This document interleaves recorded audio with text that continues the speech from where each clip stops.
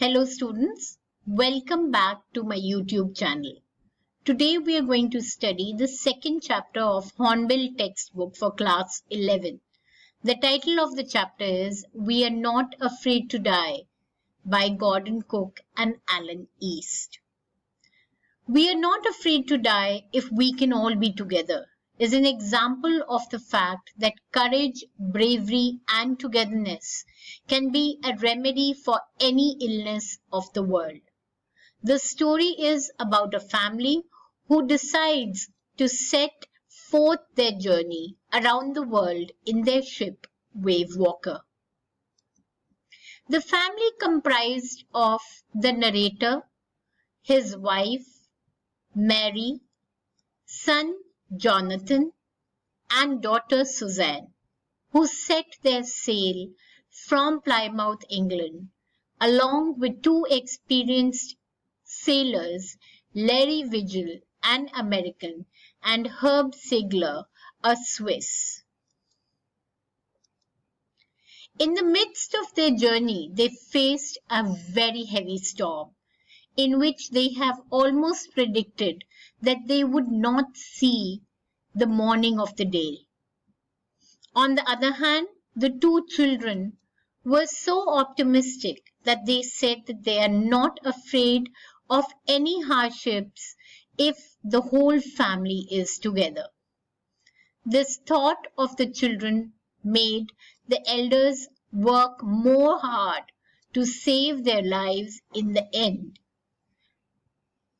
And they overcame the trouble and landed to an island where they relaxed and thanked God for saving them.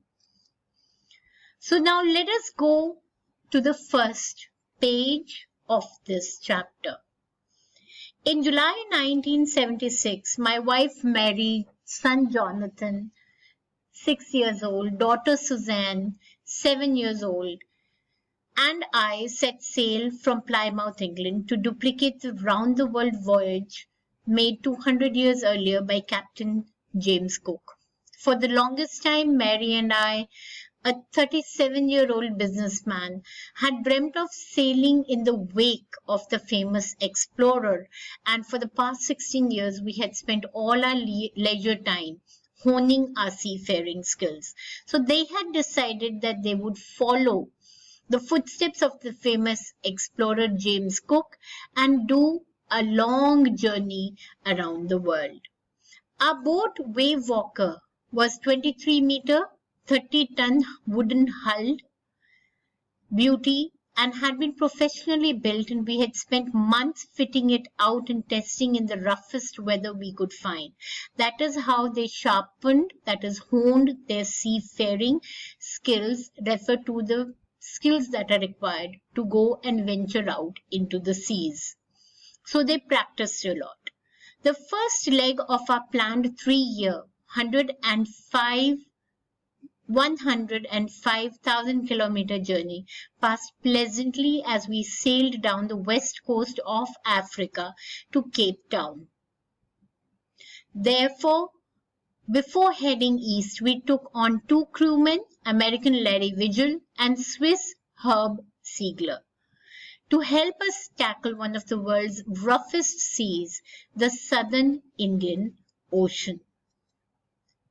On our second day of the Cape Town, we began to encounter strong gales, that is strong winds, and for the next few days they blew continuously.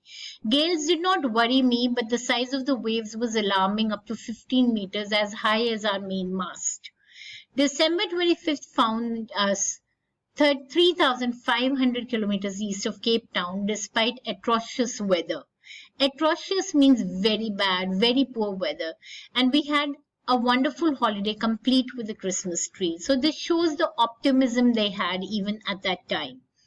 New Year's Day saw no improvement in the weather, but we reasoned that it had to change soon, and it did change for the worse. So here you can see the irony and the fact that it did change, and the narrator is making an emphasis on the fact that the change was for the worse. At dawn on January 2, the waves were gigantic. We were sailing with only a small storm jib, A small storm jib refers to this a very small sail, which is not as big as the sail which is on that mast.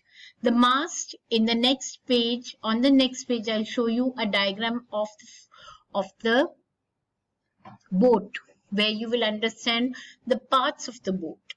And that with that storm jib, they were still making 8 knots. Knots is the unit of speed to measure the distance covered per minute in sea.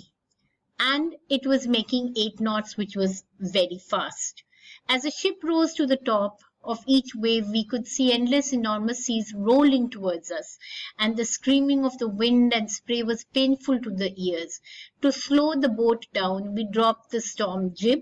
Therefore, the storm jib, see, what does a sail do? The sail is supposed to make use of the direction and the strength of the wind.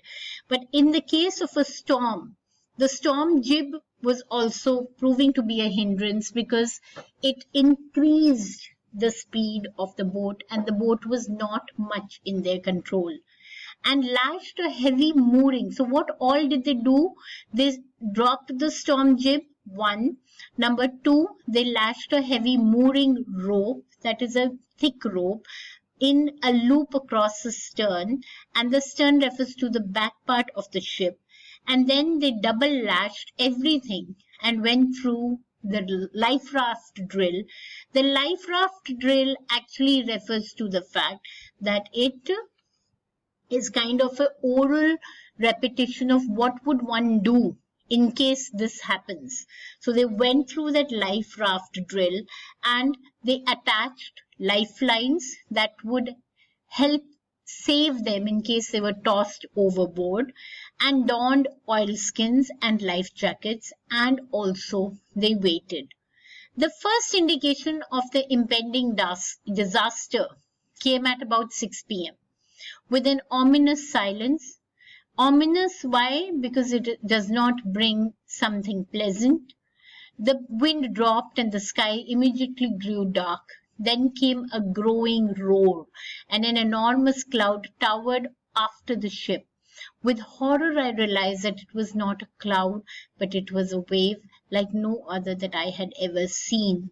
It appeared perfectly vertical and almost twice the height of the other waves, with a frightful breaking crest. Crest refers to the top of the wave, the curve. So the roar increased to a thunder as the stern moved up on the face of the wave, and for a moment I thought we were to ride over the wave, and then a tremendous explosion shook the deck. A torrent, that means fast-moving stream of water, of green and white water, broke over the ship. The head of the narrator was smashed to the wheel, and he was flying overboard and sinking below the waters, and he accepted his approaching death, and as he was losing consciousness, he felt quite peaceful. This can usually be asked, why does he feel quite peaceful? He feels quite peaceful because death along with it brings peace.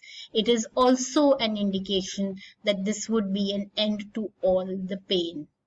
Unexpectedly, my head popped out of the water. A few meters away, Wave Walker was near capsizing, her masts almost horizontal. Then the wave hurled her upright. My lifeline jerked taut. Taut means very tight. And I grabbed the guardrails and sailed through the air into the Wave Walker's main boom. That is that area. The subsequent waves tossed me around the deck like a rag doll. My left ribs cracked, my mouth filled with blood, broken teeth. Somehow I found the wheel, lined up the stern for the next wave, and hung on. Water, water everywhere.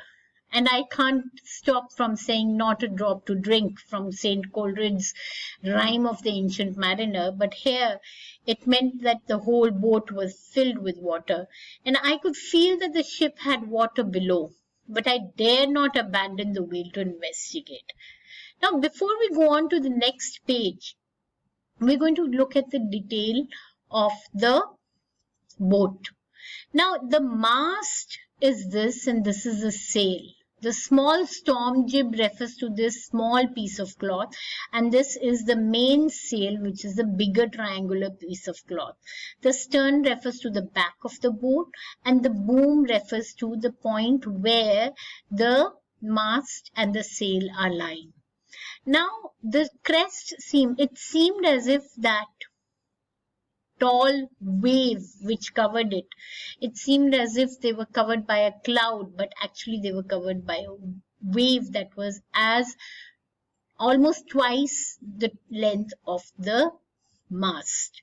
So it seemed as if the boat would be able to overgo it and ride over the crest, but that does not happen, and it also, in a way, throws the narrator overboard, and he's tossed around like a rag doll till the lifelines that actually save him pull him back onto the deck.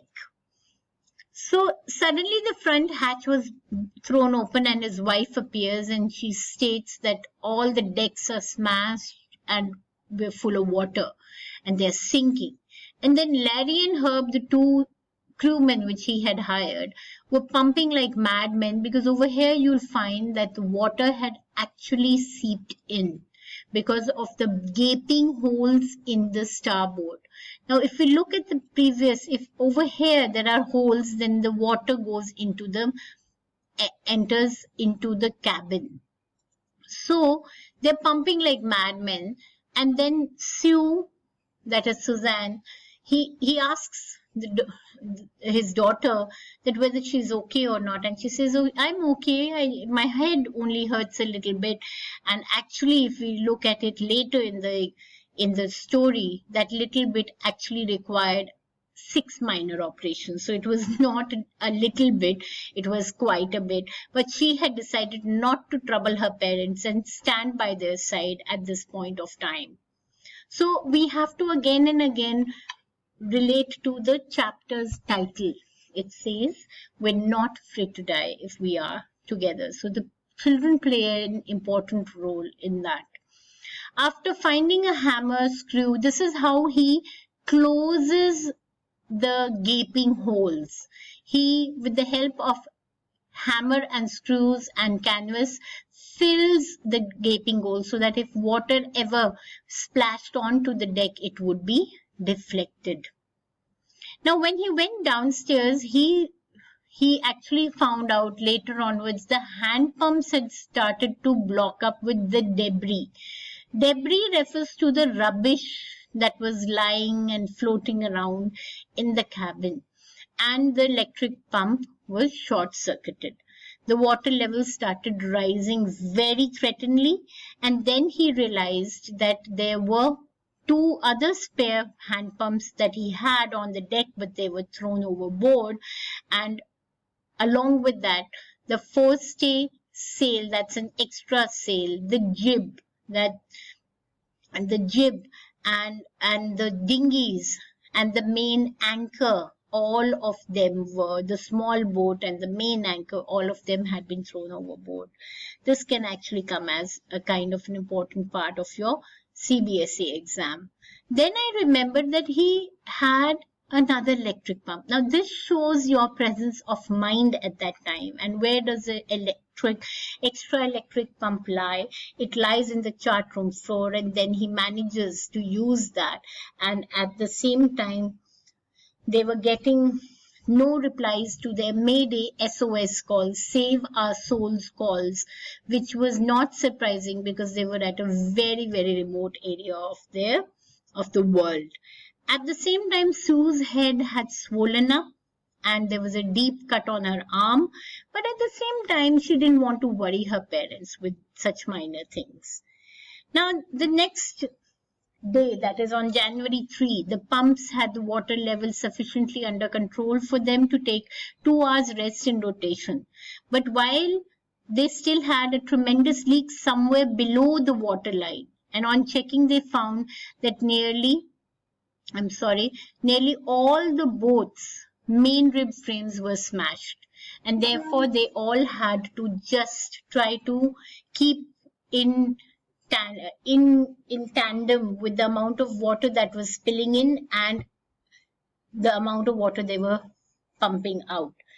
So the only way they could save themselves was if they were able to find the pinpricks in the vast ocean. And that was Isle Amsterdam. Why does he call Isle Amsterdam pinpricks? Because it was hardly a set of two small islands and a few kilometers, 100 kilometers to the east. And to find this patch of land in a huge ocean was like finding a needle in a haystack. So it was totally impossible to do so. But they did not lose hope and they continued to remain vigilant, and they had divided their time in removing out water and pumping out water and also taking turns at the wheel. On January 4, after 36 hours of continuous pumping, they had reached the few centimeters of water. Now they only had to keep pace with the water that was coming in, and that was pretty easier than what they had done. So the pressure on the rigging would simply, the rigging referred to the ropes and the wires. The rigging simply would pull the damaged section of the hull apart. That means it could break the whole framework of the vessel into two parts if too much pressure is put on the ropes. And how would that be put? If they used the main sail. They did not want to use the main sail. So he thought that if they were able to find out those two islands, they would be very lucky. Otherwise, there was a possibility they may not find it. But they did not lose hope. Somehow they found some food to eat, and at 4 p.m. the clouds started building up. And again it seemed as if there's going to be a storm. The storm did deteriorate till January 5, and their situation was again desperate. Now the children wanted to comfort their parents, and what did they do? They decided to draw them a kind of they decided to say that it doesn't matter. If we all are together, we are not afraid of dying if we are all together. So when the children speak like that, the parents are pumped with a lot of energy, and it seems that it is now their responsibility to get them back. So he decided that I have to do something because my children are so strong. And then he realizes that even if he finds the island, those pinpricks in the vast ocean, there's a possibility he may not be able to stop, because remember, the anchor had also been thrown overboard along with the two extra electric pumps. So he improvised. That means he made a new anchor from heavy nylon rope and 2-liter plastic barrels of paraffin. Paraffin referred to colorless flammable oil liquid.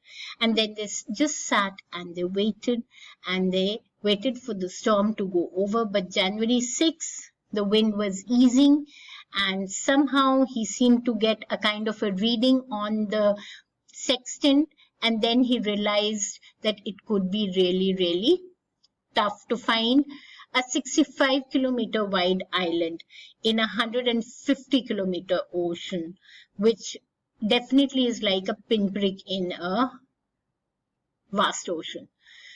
So the children here play a very important role. They made up a card and they drew some caricatures of the family, and they said, see, here are some funny people. I laughed. Why don't you laugh? And then he realized somehow he had to make it. I checked and rechecked my calculations, and then he made all those adjustments, and he decided we'll take turns in looking out for the islands. And then when it was his turn to go down, he realized that he was so tired that he dozed off immediately. Otherwise, when he got up, he thought that they must have really missed the island because he had dozed off. But then a tousled head, that means an injured, disarranged hair of head of his son came forward and he said, "Can I give you a hug?" He said, "No, there's no need to give me a hug right now. What have I done?" said the father, the narrator. And he said, "Well, you found the island." And then they rushed out and they found a bleak piece of volcanic rock, little vegetation, and the most beautiful island in the world. Why was it the most beautiful island in the world? Because it's a symbol of their survival. It's a symbol of how they did not lose hope. It's a symbol of how you need to maintain your sanity in such cases. And that is how they were able to save themselves. There were 28 inhabitants on the island, and they cheered and helped them ashore with land under my feet again. My thoughts were full of Larry and Herbie, cheerful and optimistic under the direst stress, and Mary, who stayed at the wheel for all those crucial hours. And I also thought of the 7-year-old who did not want us to worry about her injury, which subsequently took 6 minor operations to remove a recurring blood clot between skin and skull, and a 6-year-old boy who was not afraid to die. So this story is a sheer example of how optimism can help one attain and achieve the impossible. Had they all not shown that perseverance, the patience and cooperation, they would not have made it out of this storm. So children, this was a line-wise explanation of the text. The next sections I'll be taking are just for exam questions, in which first I will deal with the text questions. The second video will be about short answer questions, and the third would be about long answer questions. I hope you subscribe to my channel, like it, and share it amongst your friends. Thank you so much for visiting the channel.